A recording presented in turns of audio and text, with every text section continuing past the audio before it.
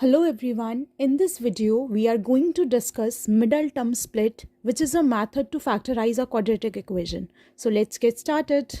Okay, तो सबसे पहले मिडल टर्म करने के लिए हमें यहाँ पर a, b एंड c की वैल्यू फाइंड करना पड़ेगा. अब ये a b c होता क्या है? a मतलब एक्स स्क्वायर का कोफिशिएंट, मतलब एक्स स्क्वायर किससे मल्टीप्लाई हो रहा है, तो कुछ भी नहीं है तो हम यहाँ पे 1 मान लेंगे.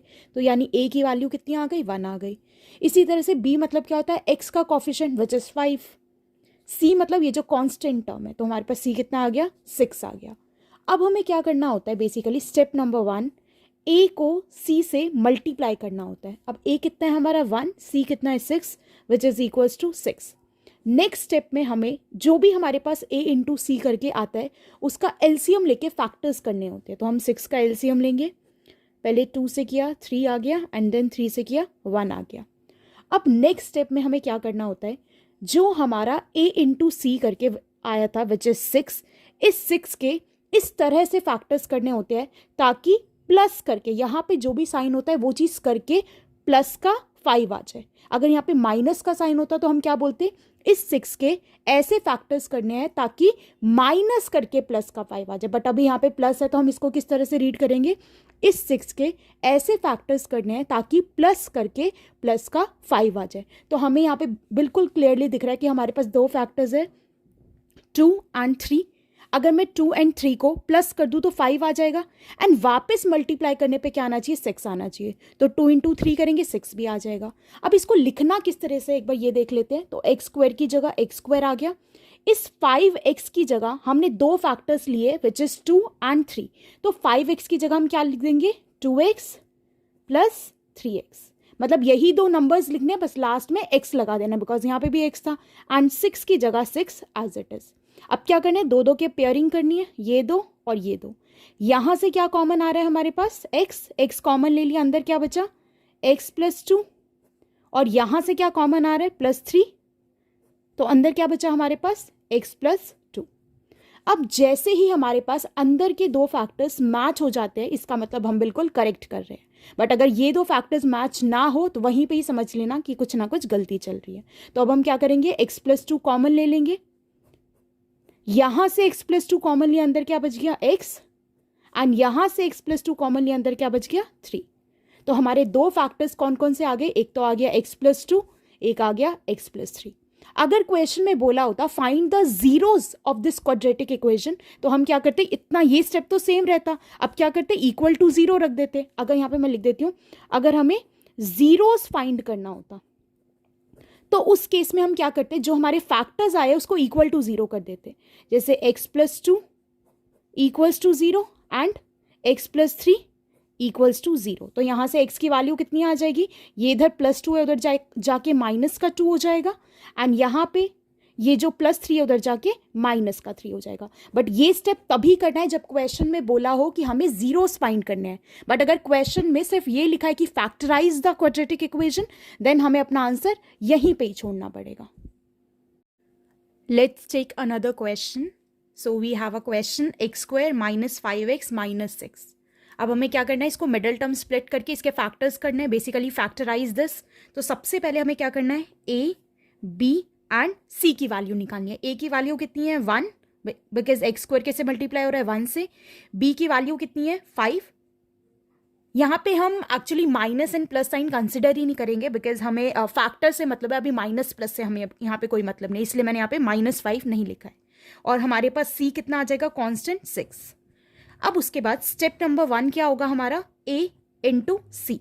a है हमारा 1 और c कितना है? 6. इसको मल्टीप्लाई कर दिया तो आ गया 6.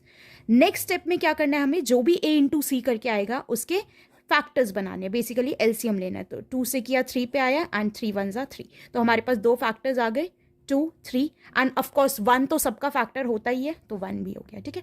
अब हमें क्या करना है? ये जो मल्टीप्लाई करके आया है 6, इसके ऐसे फैक्टर्स करने हैं ताकि माइनस करके माइनस का 5 आ जाए. ठीक है, फिर से रिपीट कर रही हूं. इस 6 के ऐसे फैक्टर्स करने हैं ताकि माइनस करके माइनस का 5 आ जाए. अच्छा, अब ये कैसे फैक्टर्स बनाएंगे? थोड़ा सा हमें सोचना पड़ेगा.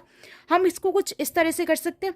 2 3 जा 6 एंड ये 1 भी तो है, तो 6 में से अगर हम 1 माइनस करेंगे तो 5 आ जाएगा, और हमें यही करना है, 6 के ऐसे फैक्टर्स करने हैं ताकि माइनस करके माइनस का 5 आ जाए। तो यानी कि हमारे दो फैक्टर्स कौन से बन गए, 6 एंड 1। तो इसको लिख दो एक्स स्क्वायर। अब यहाँ पे हमें -5x चाहिए, तो ऑफकोर्स 6 के आगे माइनस लगाना पड़ेगा, ये बड़ा, एंड ये इसके आगे प्लस का साइन, तो ये आ जाएगा -6x प्लस 1x, या सिंपल x लिख दो इसको, एंड -6। अब दो दो के फैक्टर्स करने हैं, ये दो और ये दो, दो दो की पेयरिंग की हमने, उसके बाद कॉमन लेना है। यहां से क्या कॉमन आ रहा है, x, तो यहां से x स्क्वायर से x कॉमन ले लिया, अंदर x बचा, माइनस इधर क्या बचा 6। अब यहां से क्या कॉमन लेंगे, कुछ भी कॉमन याद हो तो क्या लेते हैं, 1 कॉमन लेते, तो यहां से 1 कॉमन लिया, x से 1 कॉमन लोगे वही x बच जाएगा, एंड -6 से 1 कॉमन लिया तो सेम -6 आ गया। अब हम चेक करेंगे क्या हमारे ये अंदर वाले दोनों फैक्टर्स मैच हो रहे हैं। यस, अंदर के दोनों फैक्टर्स मैच हो रहे हैं, यानी कि हम बिल्कुल करेक्ट चल रहे हैं। अब क्या करेंगे, x -6 कॉमन ले लो, यहां से x -6 कॉमन लिया, अंदर क्या बच गया x, प्लस यहां से x -6 कॉमन ले लिया, अंदर क्या बच गया 1। तो यानी कि हमारे दो फैक्टर्स क्या आ गए, x -6 and x + 1। Let's take another question. तो हमारे पास क्वेश्चन है 12x² - 7x + 1, और हमें इसको फैक्टराइज करना है। तो सबसे पहले हम क्या करेंगे, a, b एंड c की वैल्यू लिख लेंगे। a की वैल्यू कितनी है 12, यानी x² का कॉफिशिएंट, b की वैल्यू कितनी है 7 एंड c की वैल्यू कितनी है 1। अब स्टेप नंबर 1 क्या है हमारा, a इंटू सी करना है हमें, यानी कि 12 × 1 which is equals to 12। Next step पे हमें क्या करना है, जो भी मल्टीप्लाई करके आएगा उसके फैक्टर्स बनाने हैं, यानी कि एलसीएम लेना है। 2 से किया तो कितने पे गया, 6 पे, देन 2 से किया तो 3 पे, एंड 3 × 1 = 3। अब हमें क्या करना है, ये जो 12 है इसके इस तरह से फैक्टर्स करने हैं ताकि प्लस करके माइनस का 7 आ जाए हमारे पास। ठीक है, एक बार फिर से रिपीट कर रही हूँ, ये जो 12 है इसके इस तरह से फैक्टर्स करने हैं ताकि प्लस करके माइनस का 7 आ जाए, और वापस मल्टीप्लाई करने पे क्या आना चाहिए, 12 आना चाहिए। तो हम फैक्टर्स बना के देखते हैं किस तरह से हमारे फैक्टर्स बनेंगे, प्लस करके लेके आना है। तो 2 × 2 करेंगे 4 आ जाएगा, एंड 4 + 3, मतलब अगर मैं 4 में 3 प्लस कर दूं तो हमारे पास क्या आ जाएगा 7, बट हमें क्या चाहिए -7, तो यानी यहाँ पर भी माइनस लगा दो और यहाँ पर भी माइनस लगा दो। माइनस माइनस प्लस होता है, बट साइन माइनस का आता है, और वापस अगर मैं इसको मल्टीप्लाई करूँ तो हमारे पास 12 आ जाएगा। ठीक है, तो अब हम लिखते हैं इसको 12x² की जगह ये एज इट इज, -7x की जगह -4x एंड -3x, एंड +1 की जगह +1। अब दो दो को पेयर किया और यहाँ से हमें कॉमन लेना है। यहाँ से क्या कॉमन आ रहा है 4x, तो 12 में से 4 कॉमन लिया तो अंदर बचा 3, एंड x² में से x एक बाहर निकाला तो अंदर क्या बच गया 3x, माइनस ये पूरा तो बाहर निकाल लिया तो इसकी जगह बचा 1। अब यहाँ से क्या कॉमन आ रहा है, अब एक चीज़ हमें बहुत ध्यान से देखनी है, हमें अंदर क्या चाहिए 3x - 1, और मेरे पास यहाँ पे क्या है -3x + 1, यानी मुझे यहाँ से -1 कॉमन लेना पड़ेगा, तभी अंदर के जो फैक्टर्स है वो सेम आएंगे। तो -1 कॉमन ले लिया तो ये अंदर प्लस का बच गया +3x, और जो प्लस का 1 था वो क्या हो जाएगा माइनस हो जाएगा। अगर मैं इसको वापस सॉल्व कर दूँ तो यही सेम चीज़ आ जाएगी -3x + 1। अब देखो ये भी 3x - 1 है और ये भी 3x - 1 है, यानी कि हम बिल्कुल करेक्ट चल रहे हैं। अब क्या करना है, 3x - 1 कॉमन ले लेना है, तो अंदर क्या बचेगा 4x, और यहाँ पे क्या बचा -1। तो हमारे दो फैक्टर्स क्या आ गए, 3x - 1 and 4x - 1। Let's suppose यहाँ पे लिखा होता find the zeros of this equation, तो हम क्या करते, तो सिंपल कुछ नहीं करना था, इसको भी इक्वल टू 0 कर देंगे और इसको भी इक्वल टू 0 कर देंगे, एंड देन x की वैल्यू फाइंड करेंगे। तो ये आ जाएगा 3x - 1 = 0। 3x, ये जो +1 है उधर जाके क्या हो जाएगा ये -1 उधर जाके क्या हो जाएगा +1, और x की वैल्यू क्या आ गई, ये 3 x के साथ मल्टीप्लाई हो रहा है, इधर आके क्या हो जाएगा डिवाइड, यानी 1/3। इसी तरह से इसकी वैल्यू निकालो, 4x - 1 = 0, तो ये हो गया 4x, ये -1 उधर आके क्या हो जाएगा +1, और ये 4x के साथ मल्टीप्लाई हो रहा है, इधर आके क्या हो जाएगा डिवाइड। बट ये स्टेप तभी करना है जब क्वेश्चन में क्या लिखा हो, find the zeros of the equation, otherwise हमें ये करने की ज़रूरत नहीं है। Next question. ओके, तो सबसे पहले हम a, b एंड c की वैल्यू ले लेते हैं। a की वैल्यू कितनी है 2, b इज 7 एंड c की वैल्यू कितनी है 3। अब हमें क्या करना है, a × c, तो a की वैल्यू हमारे पास 2 एंड c कितना है 3, 2 × 3 6। ओके, नेक्स्ट स्टेप में हमें क्या करना है, 6 के फैक्टर्स बनाने हैं। 2 से गया 3 पे गया, 3 1 ज़ा 3, यानी कि हमारे फैक्टर्स आ गए 2 3 एंड 1। ओके, अब क्या करना है, ये जो मल्टीप्लाई करके 6 आया है इसके हमें इस तरह से फैक्टर्स करने हैं ताकि प्लस करके प्लस का 7 आ जाए। रिपीट कर रही हूँ दोबारा, इस 6 के ऐसे फैक्टर्स करने हैं ताकि प्लस करके प्लस का 7 आ जाए। ओके, तो हम देखते हैं किस तरह से आ सकता है। 2 इंटू 3 करेंगे 6 आ जाएगा एंड यहाँ पे 1 है, और 6 में 1 को प्लस कर देंगे तो कितना आ जाएगा 7, और वापस अगर हम 6 इंटू 1 करेंगे तो हमारे पास वापस यही वाला नंबर यानी 6 आना चाहिए। तो अब इसको लिख देते हैं 2x²। अब ये जो मिडल टर्म है, मतलब जो बीच वाली टर्म है, इसकी जगह हम क्या लिख देंगे, प्लस 6x प्लस 1x या सिंपल x, एंड इस 3 की जगह प्लस 3। अब क्या करेंगे, दो दो की पेयरिंग करनी है और कॉमन लेना है। तो इन दो का पेयर किया, इनमें से क्या कॉमन आ रहा है, एक तो 2 कॉमन आ रहा है और साथ ही साथ इधर x² है इधर x है तो x भी कॉमन आ रहा है। 2x² में से 2x कॉमन ले लेंगे तो अंदर क्या बचा, x बचा, एंड 6 में से 2 कॉमन लिया तो पहले तो अंदर 3 बच गया, और x तो हमने कॉमन ले लिया तो और कुछ नहीं बचा। अब x प्लस 3 में से क्या कॉमन आ रहा है, कुछ कॉमन नहीं आ रहा तो हम 1 लिख सकते हैं यहाँ पे, तो अंदर क्या बच जाएगा, सेम नंबर आ जाएगा x प्लस 3। अब यहाँ पर भी x प्लस 3 है, यहाँ पर भी x प्लस 3 है, यानी हम बिल्कुल करेक्ट चल रहे हैं। तो ये हो गया 2x। सॉरी, अब हम क्या करेंगे, x प्लस 3 कॉमन ले लिया हमने, तो x प्लस 3 कॉमन लेंगे तो अंदर क्या बच जाएगा 2x, और यहाँ से x प्लस 3 कॉमन लिया तो अंदर क्या बच गया प्लस 1। तो हमारे पास दो फैक्टर्स क्या आ गए, एक आ गया x प्लस 3 एंड दूसरा 2x प्लस 1। एक और क्वेश्चन लेते हैं। ओके, नेक्स्ट क्वेश्चन क्या है हमारे पास, 6x² प्लस 17x प्लस 5। अब क्या करना है, सबसे पहले a b c की वैल्यू लिख लेते हैं। तो a b and c, a की वैल्यू कितनी है 6 x² का कॉफिशेंट, b की वैल्यू कितनी है 17 which is x coefficient, and c की वैल्यू कितनी है 5 कॉन्स्टेंट टर्म। अब क्या करना है, step number 1 a into c। तो a हमारे पास कितना है 6 और c कितना है 5, 6 इंटू 5 करेंगे हमारे पास 30 आ गया। ठीक है, अब नेक्स्ट स्टेप में क्या करना है, ये जो 30 आया है इसका एलसीएम लेना है। तो 2 से किया 15 पे गया, फिर 3 से 5 पे, एंड 5 1 ज़ा 5। तो यानी कि हमारे पास फैक्टर क्या क्या आ गए, 2 3 एंड 5, और 1 तो ऑफकोर्स होता ही है सबका फैक्टर। ओके, अब हमें क्या करना है, ये जो 30 है इसको इस तरह से फैक्टर्स करने हैं इसके ताकि प्लस करके प्लस का 17 आ जाए। फिर से रिपीट कर रही हूँ, इस 30 के ऐसे फैक्टर्स करने हैं ताकि प्लस करके प्लस का 17 आ जाए। ओके, देखते हैं किस तरह से कर पाएंगे हम। 17 चाहिए हमें। ओके, तो 3 इंटू 5 15, एंड ये है हमारे पास 2।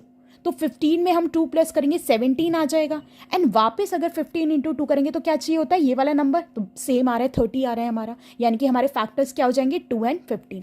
तो यहाँ पे लिख देते हैं 6x², 17x की जगह क्या आ जाएगा, plus 2x plus 15x and plus 5 as it is आ जाएगा। अब क्या करना है, दो दो की पेयरिंग करना है एंड कॉमन निकालना है। यहाँ से हमारा क्या कॉमन आ रहा है 2x, 6x² में से 2x कॉमन लेंगे, 6 में से 2 आया 3, एंड x² में से एक x बाहर निकाल दिया, x बचा, प्लस ये पूरा 2x हम ऑलरेडी बाहर ले चुके तो क्या बचा प्लस 1।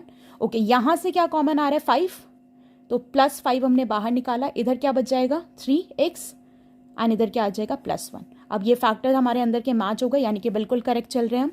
3x प्लस 1 कॉमन ले लिया, यहाँ से 3x प्लस 1 कॉमन लेंगे तो क्या बचा 2x, एंड यहाँ से 3x प्लस 1 कॉमन लिया तो क्या बच गया प्लस 5। तो ये आ गए हमारे दो फैक्टर्स। ओके, एक लास्ट क्वेश्चन लेते हैं एंड उसके बाद ये डिस्कशन खत्म होती है यहीं पे। ओके, तो ये क्वेश्चन है हमारे पास x² माइनस 22x प्लस 120। सबसे पहले हमें क्या करना है, a b and c identify करना है। a की वैल्यू कितनी है 1 which is coefficient of x², b की वैल्यू कितनी आ जाएगी 22, एंड c कितना आ जाएगा हमारा 120। ओके, देन स्टेप नंबर 1 क्या होगा, a इंटू सी करना है। तो a की वैल्यू है 1 और c की वैल्यू है 120, तो ये वापस मल्टीप्लाई करके 120 ही आ जाएंगे।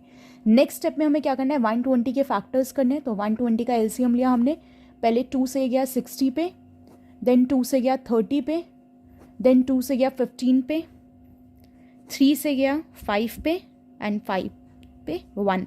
ठीक है, ओके। अब हमें क्या करना है, ये जो 120 है इसके इस तरह से फैक्टर्स करने हैं ताकि प्लस करके माइनस का 22 आ जाए। फिर से रिपीट कर रही हूँ, ये जो 120 आया है मल्टीप्लाई करके, इसके इस तरह से फैक्टर्स करने ताकि प्लस करके माइनस का 22 आ जाए। तो पहले फैक्टर्स हम देखते हैं और वापस मल्टीप्लाई करने पे क्या आना चाहिए, 120 आना चाहिए। तो हमारे पास जो फैक्टर्स है वो 2 इंटू 2 इंटू 2, 3 इंटू 5।